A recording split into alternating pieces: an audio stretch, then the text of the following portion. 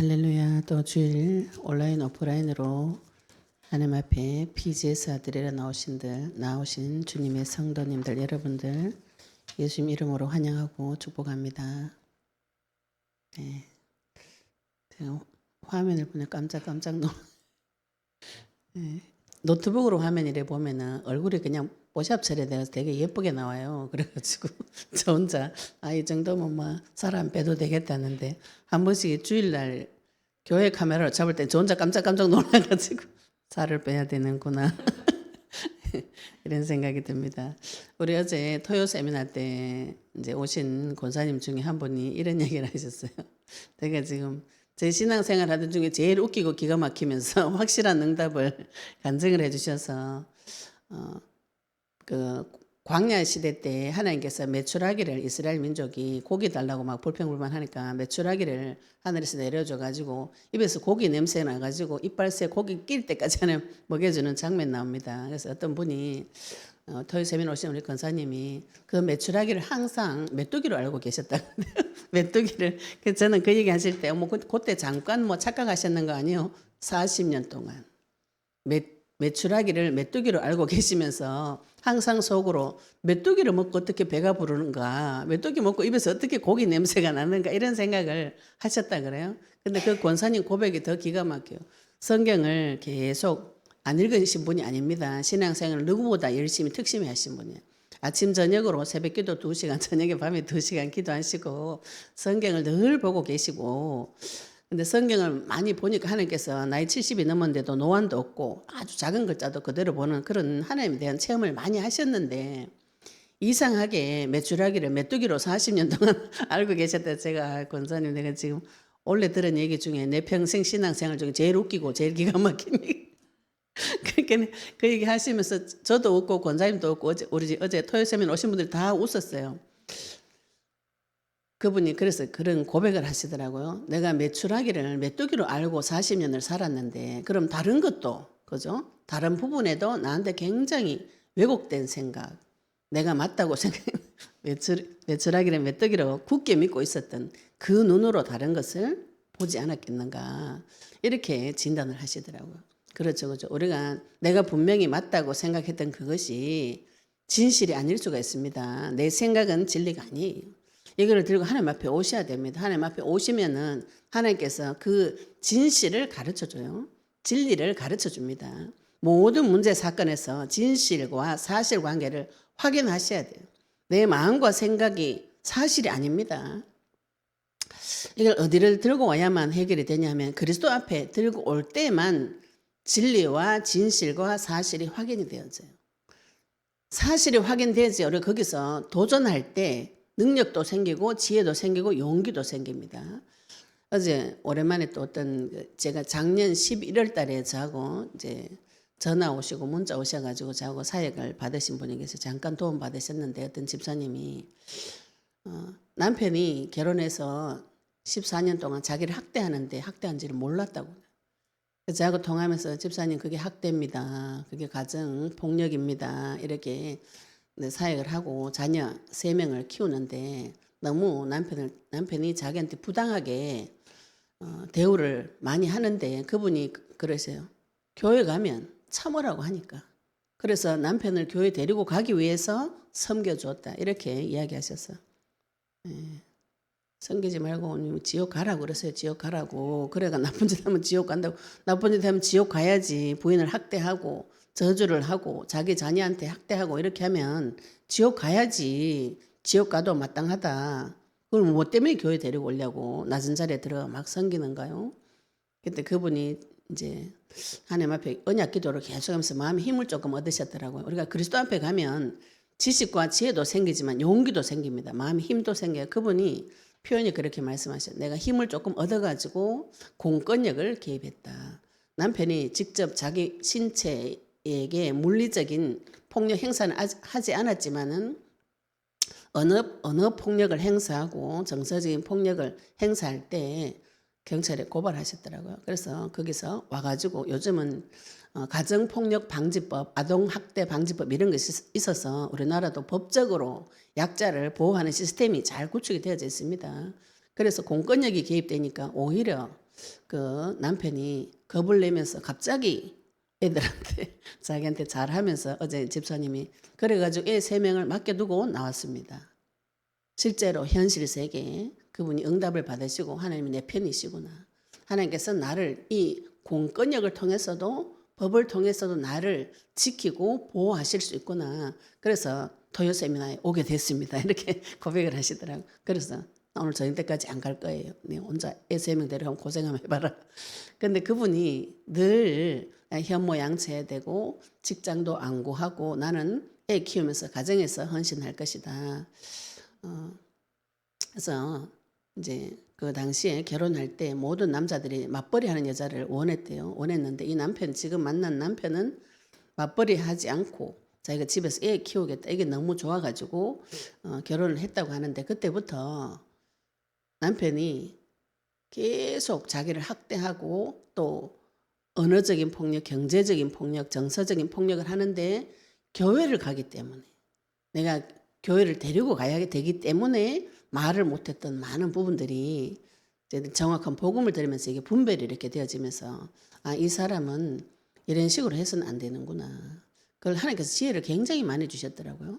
그래서 그분은 이제 전문적으로 심리 치료 이쪽으로 공부하려고 미국에 있는 대학원 쪽으로 진학까지 하려고 지금 기도를 하고 계시더라고요. 다 알아보시고 그러면서 이제 그 가정 폭력 이런 거에 대해서도 좀 더 구체적으로 전문적인 지식을 저한테 이야기하셨어요. 우리 부부 관계는 부부 1대1의 갈등의 문제가 아니다. 폭력은 갈등의 문제가 아니다. 이렇게 이야기하시더라고요.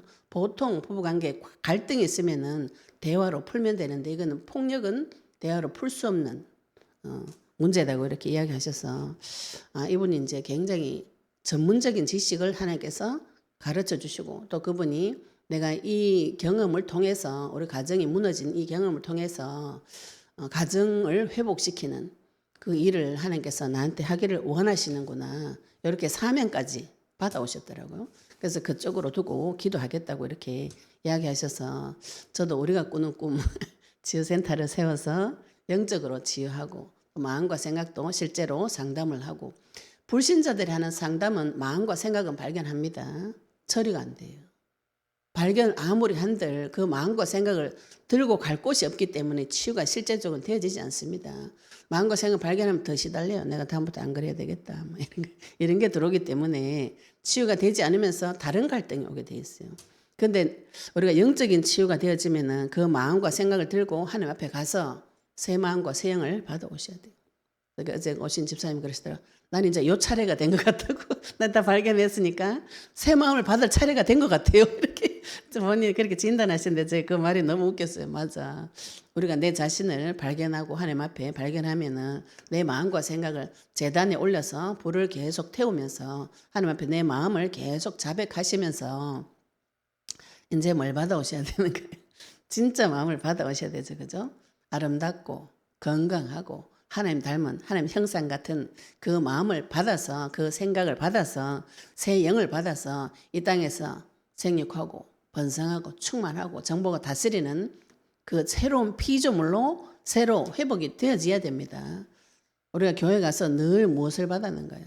죽으라만 받고 죽어라, 비워라, 청소해라, 소재, 수리해라 이런 것만 받고 그 죽은 마음을 다시 살리고 죽은 내 육신을 다시 살리고 청소해버린 내 마음속에 진짜 주인으로 모시는 것은 듣지를 못했어요. 분명히 부활한다고 이야기하셨는데 그 부활이 나중에 죽어서 내 몸이 부활한다. 요것까지만 생각하시면 이 앞에 과정이 필요가 없는 것이죠. 그죠? 우리가 지금 예레미야서를 통해서 올 한 해 원단 메시지가 올 한 해 처음 시작할 때 하나님께서 우리에게 주신 말씀이 스가랴서 9장 13절입니다. 너를 용사의 칼과 같게 하리라. 이 용사의 칼은 모든 것을 베릴 수 있는 칼이 됩니다. 하나님께서 우리를 용사라고 보셨어요.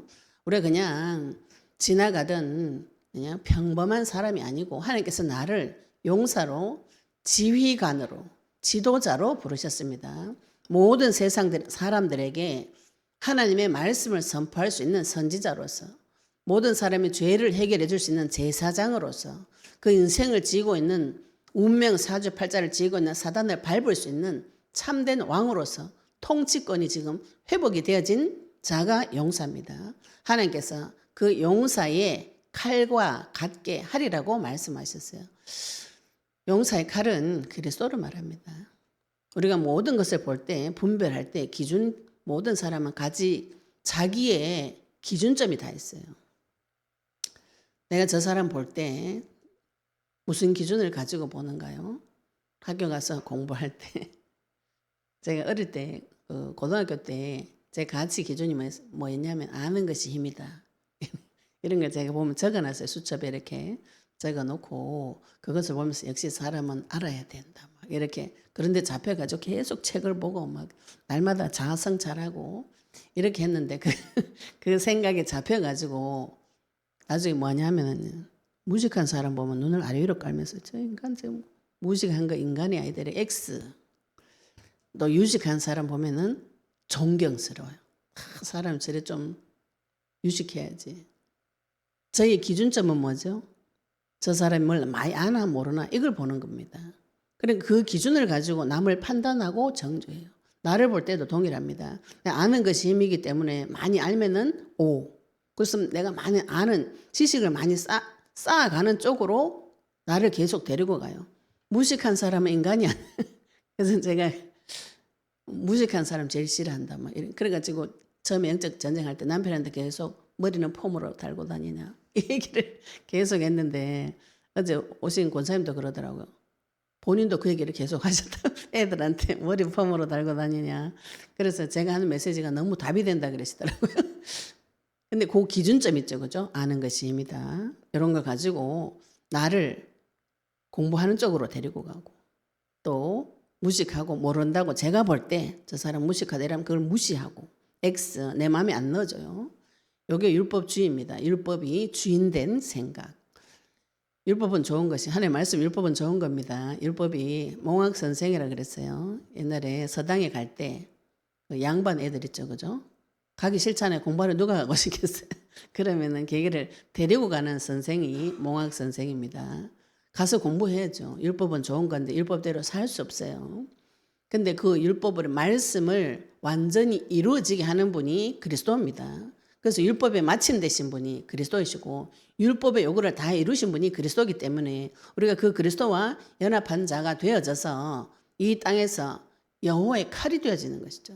이 칼은 모든 것을 베는 것을 말해요. 내 마음과 생각도 베고 칼도 찔러서 내 마음과 생각을 다 베릴 수 있는 다른 사람의 마음과 생각까지도 베릴 수 있는 칼이 그리스도입니다. 내 기준을 네가 아는 것입니다. 이걸 가지고 보는가 그리스도를 가지고 보는가 이 차이예요. 그래서 저 사람을 볼 때 나를 볼 때 내 인생을 볼 때 모든 가치관 기준점이 그리스도가 되어진다면 다 베릴 수 있습니다. 내 마음도 베고 저 사람 마음도 베고 세상 기준도 베어버릴 수 있는 칼이 여호와의 칼입니다. 우리가 지금 이 칼을 받고 이 칼을 갈고 기도하고 있는 사람이에요. 언약의 말씀을 받고 이 언약의 칼을 지금 좌우로 날성건같이 예리하게 갈고 있는 중입니다. 이 칼이 세게 갈릴수록 예리하게 갈릴수록 하나님 앞에 쓰임받을 수 있는 것이죠. 하나님께서 이 칼을 사용하신다는 거죠. 오늘 말씀에도 예레미야서 12장에 12절에 보시면 여호와의 칼이 이 땅 이 끝에서 저 끝까지 삼킨다고 그러죠. 하나님의 말씀 앞에 그리스도의 법 앞에 모든 것이 다 드러나게 되어 있어요. 무엇이 드러나는가요? 내가 받은 영적인 전쟁 하시고 나면은 사탄이 나에게 와서 무슨 일 했는지 내가 하나님 앞에 무슨 죄를 지었는지 내 마음과 생각 그 마음과 생각을 가지고 하나님 자리에 앉아가지고 내가 무별 위에 내 자리를 높이리라. 내가 지극히 높은 자와 같아지리라. 성경 볼 때 아이고 그렇게 하면 안 되지 하죠. 생각 들죠, 그죠? 그런데 내 삶에서 내가 결정하고 내가 책임지고 내가 잘해야 되겠다. 이 생각이 내가 주인된 생각입니다. 내 지금 터져 있는 문제 사건을 하나님은 어떻게 생각하시나요? 물어보시죠. 하나님하고 의논을 많이 하셔야 지각도 생기고 지혜도 생기고 마음의 힘도 생기고 용기도 생기고 메시지도 생기게 됩니다. 하나님은 처음부터 나를 그런 사람으로 지어 놓으셨어요. 예레미야서에 계속 저희들이 이 사탄의 전략을 하나님께서 계속 세밀하게 구체적으로 풀어줘 계십니다. 11장에 예레미야가 하나님 앞에 계속 자기 백성을 위해서 예언하고 선포하고 하나님 앞에 돌아오라고 얘기했는데 자기 고향 사람이 자기를 잡아 죽이려고 하는 사건이 터졌어요. 예레미야가 그 사실을 보고 기가 차가지고 지금 12장 1절부터 하나님 앞에 그 얘기를 하는 것입니다. 12장 1절부터 13절까지의 말씀을 통해서 오늘 하나님께서 나에게 주시는 음성을 받으시기를 예수 이름 축복합니다. 12장 1절부터 보겠습니다. 여호와여 내가 주와 변론할 때에는 주께서 의로우시니다. 이거 지금 이제 예레미야가 열이 받쳐가지고 하나님 앞에 가가지고 막 따지기 전에 이야기합니다. 역설적으로 이야기하죠. 내가 주와 변론할 때에는 주께서는 의로우십니다. 시작은 하나님 내가 의로운 줄 알아요. 의로운 줄 압니다. 우리가 하나님께서 창조 주시고 나에게 약속 주신 거 알아요. 이렇게 시작은 그렇게 합니다. 그러나 내가 주께 질문하옵나니 악한 자의 길이 형통하며 반역한 자가 다 평안하면 무슨 까닭입니까? 예레미야도 하나님 앞에 가서 질문했어요. 욥도 이런 질문을 욥 인생이 분명히 하나님께서 의인이라고 인정해 주셨는데 온전한 자라고 인정해 주셨는데 인생이 박살이 났어요. 보통 박살난 것이 아니고 완전 박살났습니다.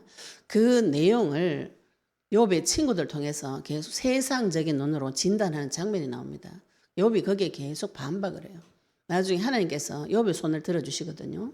그러면서 그 친구들에게도 제사 드려서 하나님 앞에 죄를 회개하도록 돌이키도록 하나님께서 기회를 줍니다. 욥기서는 그리스도가 계시되기 전에 창세기 바로 다음에 연대기로서는 창세기 다음에 욥기서입니다. 그러면은 그리스도의 복음이 계시되지 않은 상태에서 내가 하나님 찾아가는 사람들이 있어요. 거룩하고 경건하게 찾아가는데 우리는 지금 그리스도가 계시되어진 상태에서 하나님을 찾아가는 것이죠. 하나님의 의로우심을 알고 그분의 의로우심이 지금 나에게 들어왔습니다. 들어왔는데 우리가 생각할 때는 무슨 생각하냐면은 하나님의 의로우신가 전지전능하신 그리스도 영이 나에게 들어오면은 내 문제 갑자기 깨끗해지고 나 천사처럼 흰옷 입고 날개 달고 날아다니는 이런 상상을 하시는데 이거는 뭘 모르시는 거냐 마귀를 몰라서 그렇죠. 내 인생의 모든 문제가 100% 마귀다. 100% 성령이다. 이거는 세상을 모르고 마귀를 몰라서 하는 소리예요. 모든 문제 사건에는 성령의 역사와 마귀 두 가지가 같이 숨겨져 있습니다. 우리는 지금 하나님은 성령의 역사는 하나님께서 명명백백하게 다 밝혀주시기 때문에 물어보면 가르쳐줘요. 마귀는 안 가르쳐줍니다. 이건 하나님께서 가르쳐주셔야 돼요. 마귀는 내 없다. 그래가지고 니는 구원받았으니까 깨끗해졌다. 죄가 없다. 이런 거짓말을 계속합니다. 죄가 없는 사람 없어요. 구원받은 의인인 것이죠. 그죠? 내한테는 죄성이 있어요. 죄를 짓고 싶은 강렬한 습성이 남아 있습니다. 근데 그 죄를 다 해결해 가지고 하나님께서 하나님 나라에 데리고 오시면 그 수천 년에 걸려도 못 돌아와요. 그래서 하나님께서 죄를 지은 그 상태에서 이렇게 들어 올려서 하나님 나라로 옮겨서 안전한 지대에 넣어 놓고 이 죄와 싸우게 하시는 것이죠. 우리가 지금 그 약속을 붙잡고 싸우는 중인 것입니다. 그러다 보니까 악한 자가 형통할 때가 있고 또 의인이 망할 때가 있습니다. 예레미야가 지금 아무 이유 없이 더군다나 자기 고향 사람들한테 지금 핍박을 받고 오히려 자기 고향 사람들이 자기를 죽이려고 하는 억울한 일을 당했어요. 하나님한테 그래서 질문하는 것이죠. 반역한 자가 오히려 더 잘 사는 것 같아요. 불신자가 더 잘 살아요. 또 믿는 자가 더 못 살아요. 그거 왜 그런가요? 이렇게 물어봅니다. 그러니까 주께서 그들을 2절에 자기가 질문하고 자기가 답해요. 주께서 그들을 심으시고 그들이 뿌리가 박히고 장성하여 열매를 맺었거늘 하나님께서 불신자든지 신자든지 다 하나님의 것입니다. 그들을 심고 뿌리가 내리게 하고 장성해서 열매를 맺도록 하나님께서 모든 사람에게 복을 주시게 되어 있습니다. 왜? 천지 만물의 주제, 주인이 하나님이시기 때문에 그래요. 하나님께서는 모두에게 공평하게 이른 비 늦은 비를 다 줍니다. 주는데 그들의 입은 주께 가까우나 그들의 마음은 머니다. 하나님은 공평하게 해도 주고 달도 주고 별도 주고 믿는 자나 믿지 않는 자나 이 천지 만물이 주님의 것이기 때문에 공평하게 다 주는데 그들은 입으로는 주님을 섬깁니다. 사랑합니다. 하는데 마음은 저쪽 콩밭에 가 있는 것이죠. 지금 예레미야 그 얘기를 하는 것입니다. 자기 백성이 이스라엘이 입으로는 성전에 와서 예배도 드리고 온갖 말을 하는데 실제로 마음으로는 우상 숭배를 했다고 앞에서 계속 이야기하는 것이죠. 우상 숭배하고 거짓말하고 하나님을 자기 마음에 두기 싫어하고. 사람은 자기 생각 두는 걸 좋아합니다. 내 얼굴 내고 올바르지 않은 지식을 좋아해요. 오랫동안 친했기 때문에. 거기에 그리스도의 빛을 밝혀보시면 내가 이거 그리스도 아닌 것을 좋아했구나. 그게 무지가 깨진 사람입니다. 무지한 사람은 내가 무지한지 모릅니다. 몰라서 지금 그리스도 언약 붙잡고 계속 마음에 빛을 비춰보시면 내가 몰랐구나. 어제 메추라기 40년 동안 메뚜기를 알고 계시던 분이 기가 차가지고 내가 이런 무지한 상태에 빠져 있었구나. 그걸 발견한 것이죠. 그죠? 이 발견한 그 자체가 상당한 성령의 역사인 것이죠. 보통은 나를 잘 몰라요. 나를 모르기 때문에 나는 아무 문제 없으니까 다른 사람을 위해서 기도해야 되겠다. 왜? 나는 모든 문제 끝났다는 복음이 계시되어졌으니까 나는 문제가 없으니까 다른 사람을 위해서 기도하자. 참 훌륭한 소리 같은데 이상한 소리입니다. 나는 밥 안 먹고 다른 사람 입에 자꾸 밥을 넣어주는 그래가지고 나는 굶어버리는 이걸 지금 교회에서 계속하고 있는 것이죠.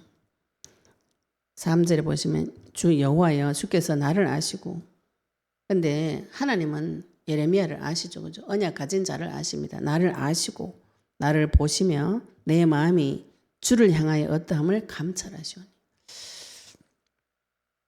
11장 20절에 만군의 여호와 사람의 마음을 감찰하시는 만군의 여호와 하나님께서 나를 어떻게 감찰하시나요? 나를 아시고 하나님 나를 아세요. 지금 하나님께서 나를 보고 계시고 내 마음이 주를 향하는지 우상을 향하는지 어떠한지 하나님은 다 알고 계십니다. 누가 모르는가요? 내가 모르죠. 그죠? 내가 모릅니다. 그래서 어제도 어떤 분이 그러시더라고요. 방언기도 하는 분이 그러시더라고요. 방언기도를 하는데 무슨 뜻인지는 모르겠고 입으로는 방언하는데 생각은 내 생각을 해서 기도하면 된다고 누가 가르쳐줬다고 이렇게 말씀하시더라고요. 그래서 그냥 한국말로 하시는 게 좋지 않을까요? 네. 하나님은 나를 다 아시는데 하나님께서 나한테 기도를 시키실 때는 내가 몰라서 기도를 시키는 겁니다. 기도를 자꾸 하시다 보면 내 마음과 생각이 하나님 앞에서 드러나요.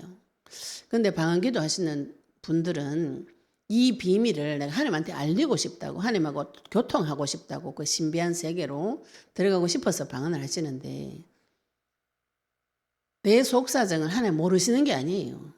하나님은 나를 다 아시는데 누가 몰라요? 내가 내를 모르는 겁니다. 그러니까 내 마음과 생각을 하나님 앞에 가서 계속 자백을 하셔야 내 마음과 생각을 발견하실 수가 있어요. 하나님께서 나를 감찰하시오니 양을 잡으려고 끌어낸 것 같이 그들을 끌어내시되 죽일 날을 위하여 그들을 구별하옵소서. 집에서 키우던 양을 끌어내가지고 죽일 때가 옵니다. 우리가 소도 키우고 집에서 개도 키우고 뭐 키우죠. 그죠? 염소도 키우고 뭐 키울 때 양 키울 때 여기는 양을 주로 키웠으니까 양을 키울 때 목적이 뭔가요? 마지막에 잡아 죽이는 거죠. 그죠? 잡아가 고기 해 먹습니다. 마지막 때 심판할 때가 옵니다. 하나님께서 심판할 날이 옵니다. 그때까지 하나님께서 구별해 두시고 모두에게 각자에게 은혜를 주시는 것이죠. 우리가 살아있는 동안 하나님을 만나셔야 됩니다. 죽어가지고 천국 가고 지옥 가면 내 눈에 보일 때는 구원 못 받아요. 우리가 보지 않고 그죠? 듣고 들음으로 믿고 듣고 믿는 그 자체가 복이 있는 것이에요. 보지 않고 믿는 그 자체가 복이 있는 것입니다. 이 땅에 살아있는 동안에 모든 사람은 다 죽어요. 죽어가지고 영원한 세계를 가보시면은 내가 그때 가서 후회해도 소용없습니다. 누가복음 16장 19절에 부자가 가보고 천국 가보고 지옥 가보고 잘못했습니다. 나를 세상에 보내주면은 내 형제들 전도할게요. 하나님께서 거기 선지자들 다 있다. 네가 안 가도 그리고 또 혹시 설령 네가 살았어가도 안 믿는다는 것이죠. 왜 안 믿어요? 안 믿어지는 거잖아. 안 믿어지는 게 지금 정상이죠. 하나님 앞에 믿음을 달라고 요구를 하셔야 돼요. 기도를 하셔야 됩니다. 하나님께서 죽일 나를 위해서 그들을 구별해 놨어요. 이 땅에서 아무리 잘 살아도 영원한 세계가 있습니다. 영원한 세계 가시면 이 땅에서 아무리 잘 살은 것이 소용이 없어져요. 그래서 우리는 지금 무엇을 보고 달려가냐면 영원한 세계를 두고 달려가는 성도, 전쟁 치는 자가 언약 가진 자입니다. 하나님께서 예레미야가 하나님 앞에 그걸 이야기하는 것이죠. 구별해 달라고. 그러면서 4절에 언제까지 이 땅이 슬퍼하며 온 지방의 채소가 마르리이까 짐승과 새들도 멸절하게 되었사오니 이는 이 땅 주민이 악하여 스스로 말하기를 그가 우리의 나중 일을 보지 못하리라 함이니라. 창세기 3장 16절, 20절, 24절 보시면은 20절에 보시면은 사람이 죄를 지었는데 아담이 죄를 지었는데 땅에서 가시덤불과 엉겅퀴를 내는 장면이 나옵니다. 이 땅이 저주받는 이유는 왜 저주를 받는가요? 아담이 하나님 떠나서 땅도 저주를 받고 자기 역할을 제대로 못 해냅니다. 하나님 앞에 아담이 대들었듯이 땅도 아담한테 대드는 것이죠. 반역을 같이 하는 것이죠. 지금 그 얘기를 하는 것이죠. 이 땅 주민이 악해서 하나님한테 대적하기 때문에 이 땅에 있는 그 채소, 짐승, 새들도 멸절하게 되는 이 상태를 이야기하는 것이죠. 그 악한 주민이 뭐라고 말하냐면은 그가 우리의 나중 일을 보지 못하리라 함이니이다. 이거를 공동 번역으로 보시면서 다른 성경에 보시면요, 주께서 보지 못하신다고 저들은 떠든다 이렇게 표현되어 있어요. 자기가 이런 악한 짓을 하는 것을 하나님께서 보지 못한다. 감추었다 이렇게 생각하죠. 사람이 어느 정도로 어리석은가요? 나무 뒤에 가서 숨으면 하나님 나를 못 볼 것이다. 아담 생각입니다. 어느 정도로 어리석은가요? 자기가 그 생각하는 것 자체가 어리석은 걸 몰라요. 악한 행동을 하는데 하나님 아닌 것을 섬기는데 하나님은 모를 것이다. 하나님은 보지 못한다. 이렇게 생각한다는 것이죠. 그런데 이제 요 말씀을 하나님 앞에 예레미야가 선포하고 하나님께서 예레미야에게 답을 줍니다. 간접적인 답을 줍니다. 네가 만일 보행자와 함께 달려도 피곤하면 어찌 능히 말과 경주하겠느냐. 네가 평안한 땅에서는 무사하려니와 요단 강물이 넘칠 때는 어찌하겠느냐. 지금 이제 예레미야가 하나님 앞에 막 따졌죠. 그죠? 아나도 고향 사람이 지금 나를 죽이려고 덤벼드는데 이게 도대체 무슨 일입니까? 이렇게 하면서 자기가 스스로 셀프 답을 냅니다. 하나님께서 감찰하시고 쟤네들 다 벌 주고 처치해달라고. 하나님 언제까지 그렇게 하시겠는 거예요? 하나님, 쟤네들이 지금 하나님 없다고 말해요. 막 이렇게 일러바치니까 이제 하나님께서 네가 지금 사람하고 경주하는데도 피곤하고 지치는데 말하고 경주하면 어떻게 되겠냐. 그리고 네가 지금 평안한 땅에서 지금 이스라엘 땅에서 하나님 약속 있는 땅에서 평안하고 무사했는데 요단 강물이 넘칠 때 이건 이제 이 지역의 요단강이 4월 5월 되면은 물이 갑자기 불어나가지고 넘칠 때가 있어요. 그때 강물이 넘칠 때 이거는 내가 큰 환란을 당했을 때 그때 어떻게 할 거냐. 지금 하나님께서 그 질문을 하시는 것이죠. 내가 평안할 때 그때는 괜찮죠. 그죠? 근데 지금 아나도 사람한테 당하는 거는 하나님께서 예레미야 설명할 때 그냥 사람들하고 경주하는 거하고 똑같다는 것이죠. 그런데 진짜 말하고 경주할 때가 말하고 사람하고 경주가 됩니까? 경주가 안 되죠. 그죠? 요단 강물이 넘치는 거 사람 힘으로 막을 수 있나요? 못 막습니다. 우리 인생 살다가 보면은 내 힘으로 어찌할 수 없는 문제가 올 때가 있어요. 그때 너 어떻게 할래? 어떻게 할 거예요? 내 인생에 내 문제로 내 생각으로 내 능력으로 해결할 수 없는 때가 옵니다. 그때 너 어떻게 할 거냐? 그래서 붙잡아야 되는 거죠. 그죠? 그때 주님을 바라보고 주의 약속을 붙잡으셔야 됩니다. 사람이 어느 정도로 어리석은가요? 죽을 때가 다 되고 진짜 세계를 볼 때 진짜 있었구나. 이게 어리석다는 것이죠. 지금 내가 조금 평안할 때 그죠? 내 힘으로 살 수 있다 이렇게 생각하시죠. 진짜 큰 문제가 버리면은 사람은 내 힘으로 안 되는구나. 내 인생에 내 문제, 내 힘으로 안 되는구나. 두 손 두 발 다 들게 되어 있습니다. 그때 어떻게 할 것인가요? 내 인생에 문제가 오고 위기가 오고 환란이 왔을 때 어떻게 할 것인가요? 하나님 지금 그 질문하는 거죠. 예레미야한테 어떻게 할 거냐. 그러면서 6절에 네 형제와 아버지의 집이라도 너를 속이며 네 뒤에서 크게 외치나니 그들이 네게 좋은 말 할지라도 너는 믿지 말지니라. 그러면은 지금 예레미야가 자기 형제, 내 고향 사람은 나를 배신하지 않을 것이라고 생각했겠죠. 그죠? 근데 하나님께서 그거 다 거짓말이에요. 믿지 말라. 다른 사람을 믿지 말라.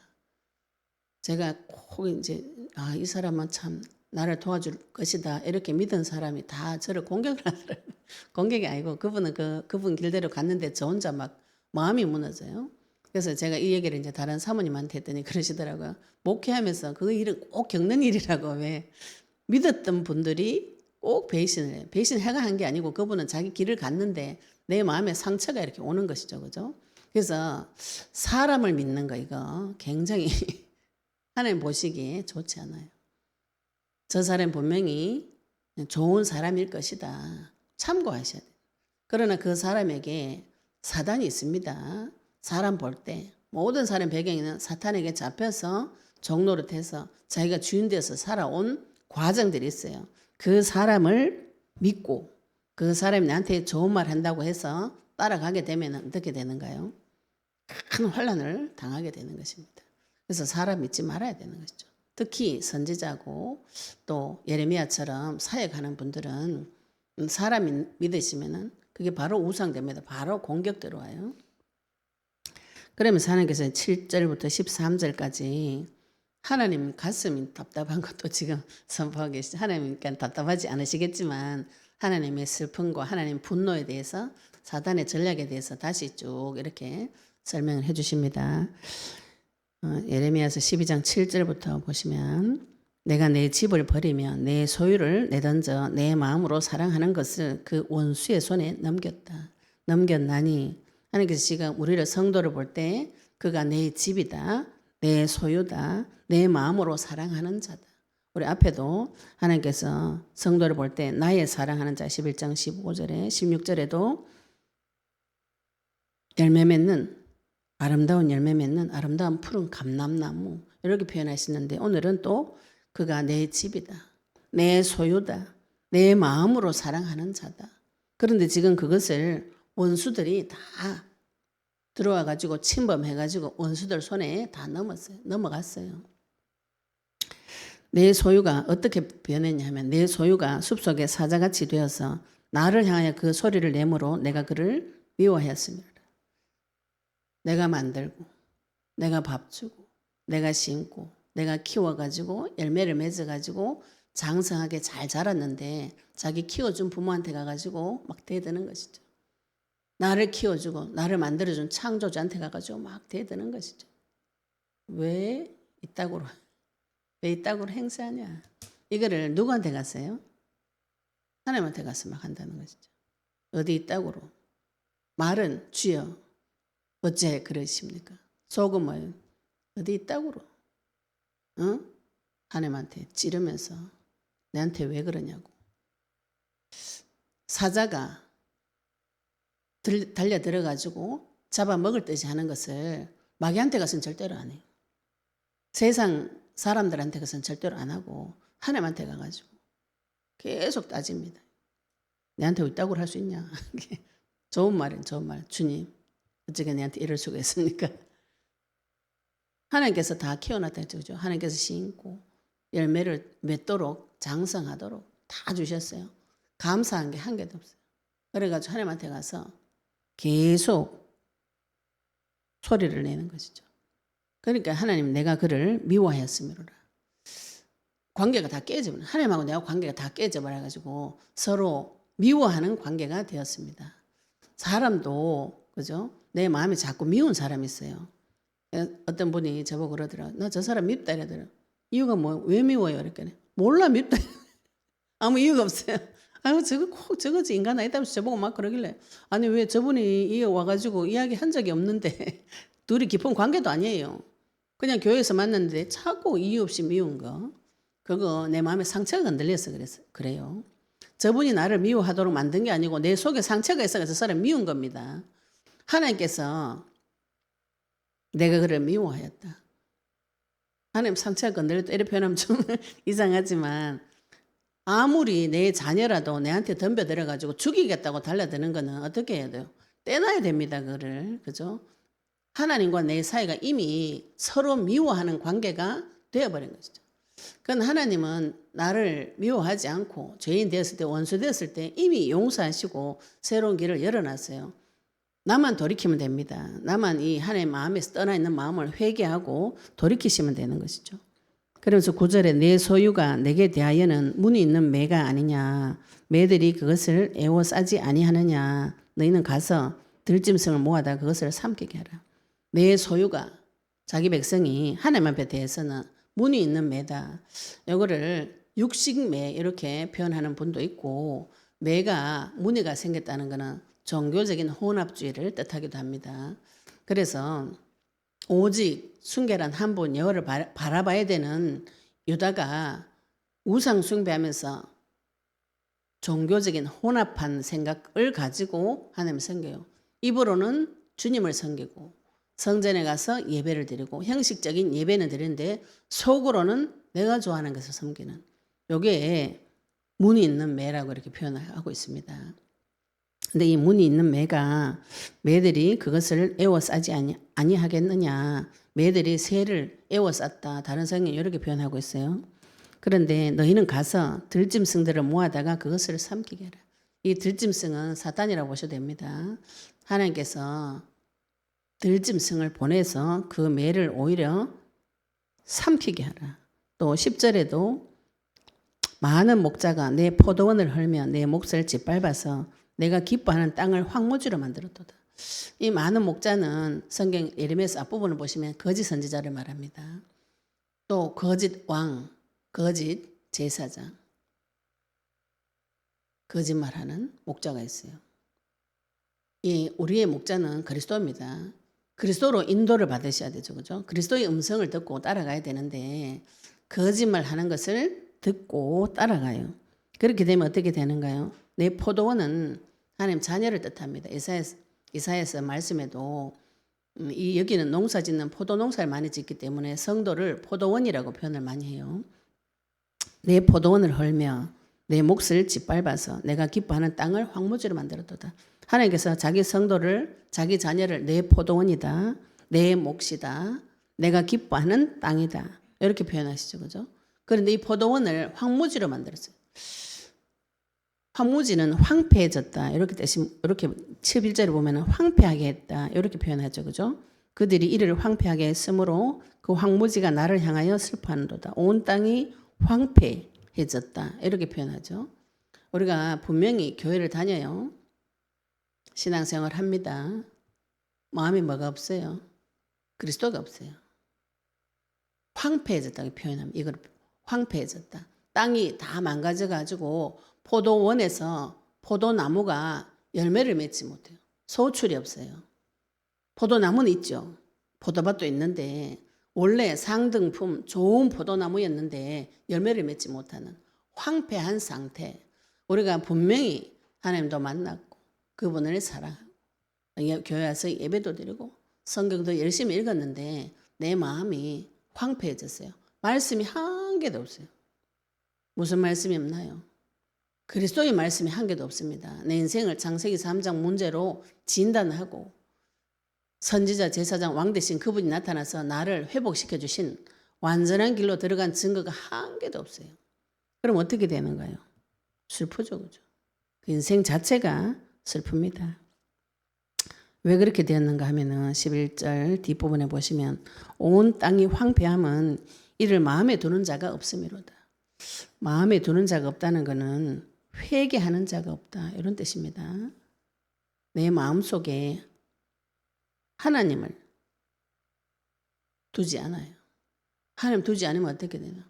마귀한테 당해가지고 말씀 한 개도 못 받고 하나님과 관계 다 멀어지고 하나님 미워지고 하나님 싫어지고 오히려 들짐승 마귀한테 다 먹히는, 그래서 내 포도원이 완전히 망가지는, 아가서에 그 술람미 여인이 그 고백합니다. 아가서 1장에 보시면 내가 포도원에 가서 열심히 일을 했는데 내 포도원은 지키지 못했다.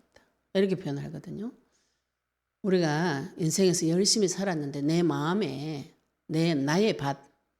밭은 지키지 못하고 내 육신의 몸도 지키지 못하고 누구한테 다 당했는가요? 번성한 들짐승한테 다 잡혀가지고 지키지 못해요. 그래서 우리가 영적 전쟁 하실 때 갑자기 막 큰 거 쫙 꺾어내시면 좋은데 갑자기 큰 거 쫙 꺾어내버리면 그 속에 들짐승이 번성한다고 신명기서에 말씀 나옵니다. 그래서 하나님께서 점점이 조금씩 천천히 쫓아내 주시는 것이요. 내가 감당할 수 있도록. 그러면서 마음에 하나님 두는 자가 없고 또 회개하는 자가 없다. 이런 뜻이에요. 그래서 하나님 앞에 돌아오지 않기 때문에 그 마음에 하나님 두지 않기 때문에 계속 황폐해지고 12절에 보시면은 그 황폐한 그 땅에 지금 하나님이 심판하러 오십니다. 파괴하는 자들이 광야의 모든 벗은 산 위에 이르렀고 하나님께서 우리가 예수님께서 재림하실 때 심판하실 때죠. 그죠? 우리는 새하늘과 새 땅으로 가서 할렐루야 하는데 믿지 않는 자는 어떻게 되나요? 완전히 끝나는 날입니다. 새하늘과 새 땅으로 데리고 가는 자는 좋은데 현실 세계에 남아있는 사람은 하늘과 땅을 불타서 하나님께서 없애신다 그랬어요. 그러면은 그때가 파괴하는 때가 불신자들한테는 파괴하는 때가 되는 것이죠. 그때 광야의 모든 벗은 산 위에 이르렀고 여호와의 칼이 땅 이 끝에서 저 끝까지 삼키리니 모든 육체가 평안하지 못하도다. 하나님이 심판하는 칼이 나타날 때는 다 끝나버리는 것입니다. 또 하나님께서 지금 이 여호와의 칼, 그리스도의 칼을 나에게 주셨어요. 세상 사람들에게 가서 무엇이 진리이고 진실이고 거짓인지 가르쳐 주셔야 돼요. 이거를 못 가르쳐주는 왜 못 가르쳐 주는가? 유교 사상에 잡혀가지고 어디 건방지고로 겸손하지 못하게 밖에 가서 내 생각을 이야기하고 그리스도 이야기하면 또 다 화를 내요. 싸우면 안 되지. 그죠? 그러니까 내 행위를 가지고 계속 걸고 넘어지는데 우리는 하나님 앞에 순결한 자입니다. 하나님 앞에 순결한 자. 언약 붙잡고 이 땅에서 하나님께서 나를 용사의 칼과 같게 하리라는 것은 전쟁 쳐가지고 현장에서 그리스도의 칼을 날려야 됩니다. 이걸 때를 얻든지 못 얻든지 이걸 해주셔야 되는데 이게 무슨 소리냐면은 저 사람이 죄를 짓거나 하나님 앞에 죄를 지을 때 그 얘기를 해주셔야 되는 것이죠. 그죠? 그 얘기를 안 해주면 마지막 심판할 때 그 사람 지옥 가게 돼 있어요. 그게 하나님 앞에 하나님께서 에스겔서에 피값을 니한테 찾겠다. 그 사람 죽는 책임은 언약 가진 자한테 있는 것입니다. 내 주변에 있는 사람이 하나님을 못 만났다. 그 피값 니한테 묻겠다. 하나님께서 저한테 성도한테 이렇게 이야기하시는 것이죠. 여호와의 칼을 내 입술에 좌우에 날선 어떤 고무다 예리하게 갈아서 현장에 그리스도의 말씀을 선포하셔야 되는 것이죠. 선포하면은 모든 육체가 평안하지 못합니다. 우리가 복음 받으면은 그날부터 내가 천사가 돼가지고 꽃길을 걸을 것이다. 이 생각을 빨리 버리시기 바랍니다. 그건 나중에 그렇게 되어져요. 복음을 받으면은 평안하지 못해요. 왜 평안하지 못합니까? 내 인생 박살난거하고 지금 대면해야 돼요. 내 인생 힘들고 어려운 거, 망가진 거 이거하고 대면하셔야 됩니다. 내 잘났다고 계속 우상을 섬기던 내 상태, 하나님하고 미워져가지고 관계 다 끊어진 거 이거 진실, 사실 확인하셔야 됩니다. 생각은 평안하지 못해요. 육체적인 현실도 평안하지 못해요. 그러나 내 마음속 깊은 곳에 그리스도가 들어가면 진짜 평안이 있죠. 그죠? 진짜 평강의 왕 되신 그분이 오시면은 주의 칼을 들 때 두 가지가 동시에 일어납니다. 깨지기도 하고 세워지기도 하고. 깨질 때는 괴롭죠. 깨질 때는 괴로운데 이미 깨졌어요. 지금 그리스도의 불나가 깨진 게 아닙니다. 이미 박살나가지고 내가 답이 없다가 그리스도를 통해서 말씀을 받으면서 내 인생이 진단이 되어져요. 진단이 되어져가지고 내가 박살났구나. 그 후에 뭘 붙잡으셔야 되나요? 마음을 비우고 수리하고 7 귀신 더 들어옵니다. 복음은 마음을 비우는 게 아니에요. 그건 도 닦는 거예요. 도 닦는 거. 절에 가가지고 스님들이 계속 목탁 두드리면서 관세음보살하는 이유가 뭐예요? 마음을 비우려고 하는 겁니다. 여기 와가지고 교회 와가지고 모든 문제 다 끝났다 예수는 그리스도 똑같은 겁니다. 정신 차리세요. 우리 오후 예배 때 지난주에도 오후 예배 때 마태복음 뭐라요? 마지막 때 정신을 차려라. 깨어있으라. 근신하라. 마귀이기 때문에 정신을 차리고 언약을 붙잡으셔야 됩니다. 새로운 피조물로 새 창조물로 태어나가지고 자라야 돼요. 장성한 분량에 자라가지고 아버지하고 대화를 해야 돼요. 우리 아버지하고. 우리 아버지가 누구고? 아직도 마귀하고 대화를 하는지 하나님하고 대화하시는지 분별이 있으셔야 됩니다. 칼과 같은 정확한 기준이 내 속에 들어오셔야 이걸 차고 나갈 수가 있어요. 문제 사건이 환란이 요단 강물이 넘치고 흐르고 지금 말하고 싸움 붙어가 이겨야 됩니다. 이 어처구니 없는 현실에서 뛰어넘고 도전하시려면 칼과 같은 메시지가 필요해요. 마지막 때 유튜브 통해서 유명한 목사님 메시지 쫙 다 공개되었습니다. 보시고 미혹받지 않으시기를 예수 이름 축복합니다. 미혹받지 않으려면 무엇이 세워져야 되는 정확한 기준이 그리스도의 칼이 세워져야 이분 메시지가 좀 율법적이구나 종교적이구나 복음이 있구나 없구나 분별이 되어집니다. 분별해가 판단 정죄하는 소리가 아니에요. 그래도 그 목사님 말을 통해서 하나님께서 나에게 주시는 음성은 들으셔야 됩니다. 강단에 세워진 주의 종을 통해서 하나님께서 말씀하시게 되어 있어요. 그러나 분별은 하셔야 돼요. 이분이 조금 종교적이구나. 그러면 하나님께서 그 주의 종을 손을 대릴 수 있도록 언약 가진 자는 기도해 주시면 돼요. 모든 육체는 평안하지 못합니다. 13절에 보시면 무리가 밀을 심어도 가시를 거두며 수고하여도 소득이 없은즉 그 소산으로 말미암아 스스로 수치를 당하리니 이는 여호와의 분노로 말미암음이니라. 무리가 밀을 심어요. 하나님께서 밀을 심도록 가만히 놔두십니다. 수확할 때 보면은 가시가 나와요. 소득이 하나도 없어요. 근데 열심히 일했는데 소득이 한 개도 없네. 왜 없는가요? 그 소산으로 말미암아 스스로 수치를 당해요. 우리 오후 예배 또 동일한 내용이 있습니다. 열심히 성전 가서 봉사하고 제사 지내고 비제사 드리고 헌금하고 다 했는데 열매가 없어요. 나 교회 열심히 다녔어요. 주일 다 했어요. 그 사람의 열매를 보면 그 사람 인생을 보면은 하나님과 함께 했는지 안 했는지 나오게 되는 것이죠. 그죠? 하나님께서는 우리에게 무슨 열매를 주신다고 약속하셨는가요? 성령의 9가지 열매. 또 그 열매 주신 이유는 영혼 구원의 열매가 맺히기를 바라서 주시는 겁니다. 그래서 그리스도께서 첫 열매가 되셨고 우리가 두 번째, 세 번째, 네 번째 열매가 되어진 것입니다. 그럼 나를 통해서 의의 면류관을 하나님께서 준비하고 계신데 그 의의 면류관이 누군가요? 나를 통해서 구원받은 영혼을 말합니다. 이 땅에서 생육하는 복. 나를 통해서 영혼 구원의 역사가 계속 일어나는 것이 하나님 앞에 갔을 때 수치를 당하지 않는 일이에요. 신앙생활 오래 했는데 나를 통해서 영혼 구원의 역사가 안 일어났다. 이상한 겁니다. 언약 붙잡으시고 이거 도전하셔야 돼요.